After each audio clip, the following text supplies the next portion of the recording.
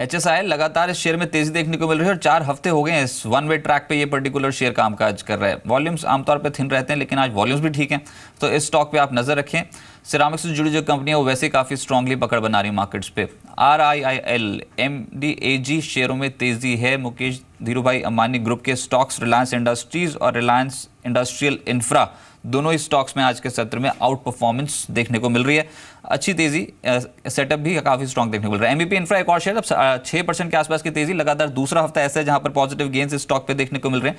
Next stock जो इस समय ट्रेडर्स के रडार पर है वो है अजमेरा रियलिटी। इस स्टॉक में इनफैक्ट आज अजमेरा रियलिटी ने रियल एस्टेट सेक्टर से जुड़ी ज़्यादातर कंपनियां निचले स्तरों से पुल बैक शो कर रही हैं। DLF में पुल बैक देख चुके हैं, अजमेरा में पुल बैक देख चुके हैं। तो कुछ ऐसे स्टॉक्स जो आज सुबह कल की काफ़ी स्ट्रांगली बिकवाली के बाद निचले स्तरों से पलटता हुआ नजर आया। एक और स्टॉक जो आज के सत्र में काफ़ी एक्टिव है वो है KEC इंटरनेशनल। एक तो नए लेवल्स छूने की कोशिश, हफ्ते के उच्चतम स्तर पर कामकाज कर रहा है, 2.5% की तेजी के साथ कामकाज कर रहा है। और GSPL in fact oil and gas space में आज खरीदारी है और GSPL बेनिफिट उठा रहे 4% की तेजी, सभी एवरेजेस के ऊपर स्टॉक में। वॉल्यूम्स काफ़ी स्ट्रांगली आज गैदर हो रहे हैं GSPL में। मेरे साथ बाजार के जानकार जोड़ेंगे और जानने की कोशिश करूंगा कि कौन से शेयर्स हैं जो आज रेडार पर रहने चाहिए।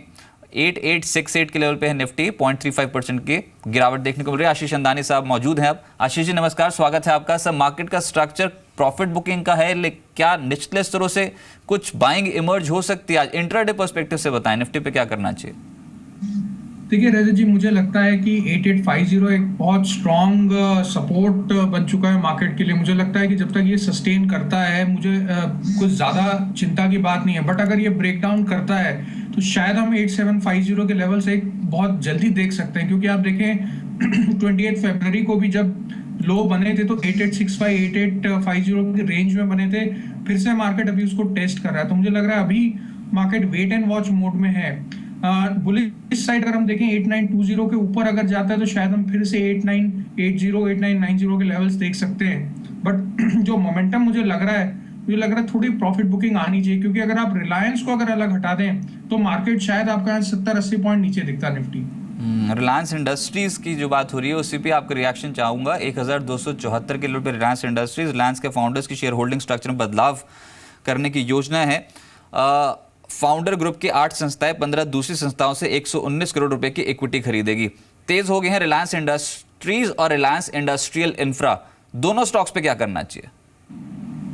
देखिए RRIL पे मैं पहले आपको सलाह देना चाहूंगा। अब ADG के सारे स्टॉक्स देखें, काफी तेजी हमें देखने के लिए मिली है और उसी श्रेणी में ये स्टॉक भी आता है। आप एक बात और ध्यान दें कि वॉल्यूम सडनली इस पर्टिकुलर स्टॉक के पिछले 1 वीक में पिकअप कर गए हैं। उसका एक reason promoter stake holding change भी हो सकता है। एक रीजन ये भी हो सकता है कि जो थोड़ा सा रिवाइवल हमें गवर्नमेंट स्पेंडिंग से दिख रहा है पूरा इंफ्रास्ट्रक्चर स्पेस में, उससे थोड़ी ताकत इस पर्टिकुलर स्टॉक में मिली है। जो नेक्स्ट लेवल RIL के लिए आता है वो कुछ 462 रुपए के आसपास का आता है। तो मेरे ख्याल से अगर कोई ट्रेडर लॉन्ग है तो उस लेवल के लिए वेट करना चाहिए। रिलायंस की अगर आप बात करें तो डेफिनेटली अभी इसमें तेजी मुझे नहीं लगता है कि थमी है, क्योंकि जिस तरीके से तेजी आती जा रही है, एक पॉज लेने के बाद आज फिर से 52 वीक को इसने टच किया है। मुझे लगता है कि 1300 रुपए का लेवल बहुत जल्दी दिखना चाहिए रिलायंस इंडस्ट्रीज में। राइट, दिन के उच्चतम स्तर पे कामकाज कर रहा है। सर एक स्टॉक देखिए एस्कॉर्ट्स, ये स्टॉक एकदम से बिक्री आंकड़ों के बाद तेज होता हुआ नजर आ रहा है। क्या ये तेजी एस्कॉर्ट्स पे भी और बढ़ेगी? डेफिनेटली जिस तरीके से इसका चार्ट पैटर्न दिखा रहा है, आज करीब 4% 4.25% की तेजी है। कल नंबर्स भी आए थे, नंबर्स इतने बैड नहीं रहे थे, थोड़े इन लाइन भी रहे थे। तो मुझे लगता है शायद उसका रिएक्शन भी, जो सबड्यूड रिएक्शन है वो दिख रहा है। अब स्टॉक तो क्लियरली एक बुलिश ट्रेजेक्टरी में है, कहीं खास इसमें लेजीनेस नहीं दिख रहा है इस पूरे स्ट्रक्चर में। तो मेरे ख्याल से जो नेक्स्ट लेवल आता है इसको 487 के आसपास का आना चाहिए। चलिए, लेकिन रोज हमको एक फंडामेंटल आइडिया देते हैं, फंडामेंटल पिक जो ब्रोकिंग हाउसेस के रडार पर होती है। आज अंचल मेरे सहयोगी में से ज्वाइन कर रहे हैं। अंचल बताएं, ब्रोकिंग हाउसेस के रडार पर एक ऐसा शेयर जहां पर वैल्यू काफी आकर्षक है और जहां पर बेट लगाई जा सकती है। शुक्रिया रजत, आपने शुरुआत में बात की थी रियल एस्टेट पैक की, वहीं से ही कंपनी लेकर आए हैं आशियाना हाउसिंग। इस पर नजर रखिएगा, एक शानदार रिटर्न देती हुई दे सकती है कंपनी आने वाले दिनों में। देखिए पहले तो कंपनी के नंबर्स की बात कर लेते हैं। अगर आप क्वार्टर ऑन क्वार्टर बेसिस पे नंबर्स कंपेयर करें तो कंपनी घाटे से मुनाफे में आई है, और अगर आप वाई बेसिस पे कंपेयर करें तो सालाना आधार पे कंपनी का मुनाफा 60 गुना बढ़ा है। तो एक बेहतरीन जंप कंपनी के ओवरऑल नंबर्स में आती हुई दिखी है। सेल्स रैंप अप हुई हैं, इन्होंने हाल ही में अपना प्रोजेक्ट पूरा किया, उसकी वजह से सेल्स को बूस्ट मिला, और कहीं ना कहीं ये जो ट्रेजेक्ट्री है ये आगे भी जारी रहती हुई दिखेगी।